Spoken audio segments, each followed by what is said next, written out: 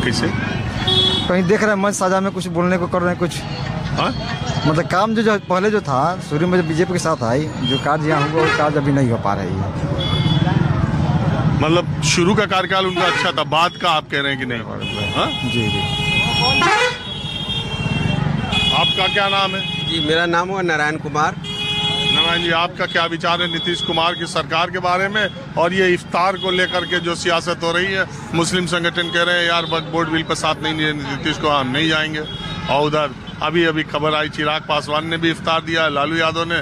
नीतीश कुमार चिराग पासवान के यहाँ पहुँच गए। एक जमाना था जब चिराग पासवान और नीतीश में कितनी तनातनी थी। हम इफ्तार पर तो कुछ नहीं बोल पाएंगे, मगर नीतीश कुमार के कार्य से बहुत खुश हैं हम। जो भी विकास हुई है नीतीश कुमार के लेकर ही हुई है, और नीतीश कुमार अच्छे हैं, जो भी कर रहे हैं बहुत अच्छे कर रहे हैं, विकास भी कर रही है, महिला के लिए भी सुरक्षा है, विद्यालय बच्चे के लेकर भी बहुत अच्छा है, इसलिए नीतीश कुमार ही अच्छे हैं।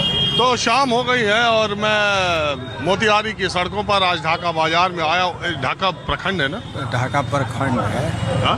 जी। एक बात बताइए, पिछले 20 सालों में ढाका में सड़क छोड़ के और बिजली छोड़ के क्या हुआ?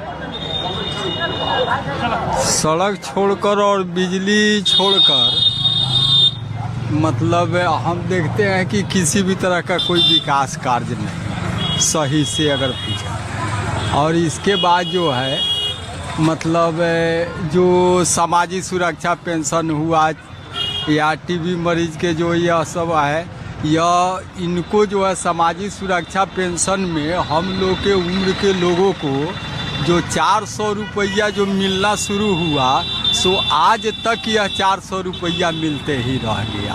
बार बार यह टाइम पर आता है कि हर महीने आता है? ना, आ जाता है, हर एक महीने आ जाता है, इसमें कोई और ये 20 साल में 400 से बढ़ा नहीं। मुझे कई बार बिहार में कई जगह लोग बोले जी। और इसके बाद जो है यह कम से कम जो 60 उम्र जो पार कर गए हैं उनको 400 रुपया से जो है वह हम अपने लिए नहीं, यह सारे लोग के लिए यह कह रहे हैं कि यह जो है ठीक नहीं है। इसको जो है कम से कम जो राज्य में दूसरे राज्य में जो चल रहा है 2500, 3000, 2000, यह इस अनुपात में ही इसको बिहार में किया जाए, मेरा मानना है। और स्वास्थ्य और शिक्षा को लेके इस इलाके में कैसे? देखिए, स्वास्थ्य और शिक्षा के मामले में अगर कहेंगे तो स्वास्थ्य विभाग हॉस्पिटल का कार्य जो है ना वह लगभग संतोषजनक है, और शिक्षा में भी जो टीचर के बहाल जो किए हैं वह भी माने बहुत ठीक है, किसी भी तरह का कोई दिक्कत नहीं है। लेकिन उनको जो माहौल बच्चा को देना चाहिए पढ़ाई के लिए, वह माहौल जो है मिल नहीं पा रहा है, जिससे कि बच्चा जो है वह आगे प्रोग्रेस कर सके। और बच्चा लगभग बहुतों बच्चा जो है वह प्राइवेट विद्यालय में जो है जाना शुरू कर दिए हुए हैं। तो इस शिक्षा में, इस पढ़ाई के कुछ जो है यह स्थिति सुधार होना चाहिए, इस पर सरकार को ध्यान देना। भवन बनना चाहिए, यह सब बनना यह एकदम ठीक है। सरकार का किसी भी तरह का कहीं पर पहले विद्यालय मतलब भवन नहीं था, पेड़ के नीचे लोग पढ़ाते थे, लेकिन आज भवन बना हुआ है, इसमें कोई दो मत की बात नहीं। हाँ जी। जी, क्या नाम है आपका? नाम MD असलम। अरे असलम साहब, आइए।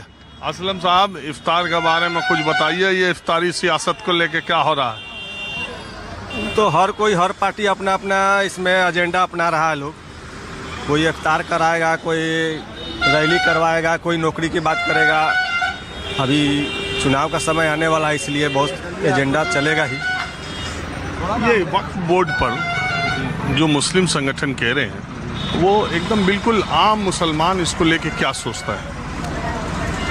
वक्फ बोर्ड में तो वक्फ बोर्ड को छेड़छाड़ करना ही नहीं चाहिए सरकार को। अगर ये वक्फ बोर्ड है मुस्लिम का, एक ये शुरू से ही रहा है।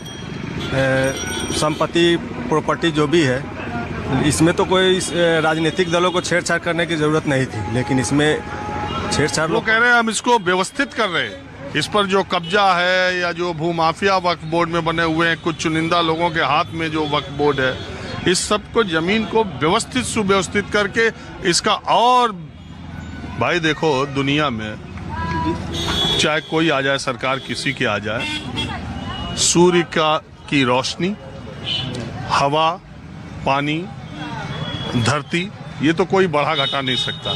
तो अगर इतनी जमीन वक्फ बोर्ड के पास है तो उसका और डेवलपमेंट होगा तो मुस्लिमों का ही डेवलपमेंट होगा ना, उन्हीं का विकास होगा। उनका तर्क ये है सरकार का। डेवलपमेंट की जहाँ तक बात है, वक्फ बोर्ड जिसके पहले से जिसके सुपुर्द किया गया हुआ है वहाँ भी तो सुरक्षित ही है। सुरक्षित ऐसा थोड़े कि सुरक्षित नहीं है वक्फ बोर्ड। वक्फ बोर्ड शुरू से जिसके पास है वो भी सुरक्षित ही है। आप क्या मानते हो? ये वक्फ बोर्ड की ज़मीन को लेकर सरकार मुसलमानों की ज़मीन को छीनने की साजिश रची गई हुई है। भाई एक लाइन जानते हो, सरकार तो कह रही है 1 इंच जमीन नहीं ले, उस पर आपको विश्वास है? नहीं, इस पर विश्वास मेरा नहीं है। पूरे लेने की साजिश रची है। मेरे जितने भी कब्रिस्तान है, मदरसे है, मस्जिद है, सबको यानी अपने अंडर में करने की साजिश रची गई हुई है। न के कहने मतलब मुसलमानों को कोई फायदा पहुँचाने के लिए किया गया है। 5 किलो अनाज मुसलमानों को मिला कि नहीं? तो वो मिल रहा है, उससे कोई फायदा तो रहा है। शौचालय मुसलमानों को मिला? सब मिल रहा है। महंगाई कम करे, हम लोग को फ्री राशन नहीं चाहिए। हम लोग मुसलमानों को किसी को फ्री राशन की जरूरत नहीं है। महंगाई जो है बढ़ी हुई है उसको कम करे, सिलेंडर को कम करे।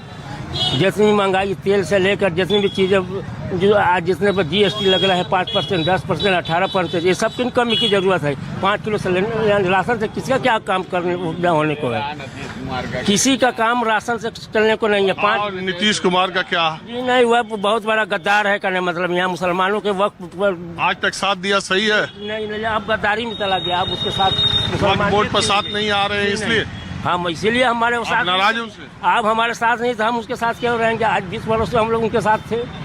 आज हमारी वक्त की जमीन कि लालू जी के साथ? जी नहीं, हम लोग नीतीश के साथ थे, बीजेपी के साथ नहीं थे। लालू के साथ? जी ना, लालू का जमाना था उसके साथ थे। आज नीतीश के साथ थे। चलिए ठीक।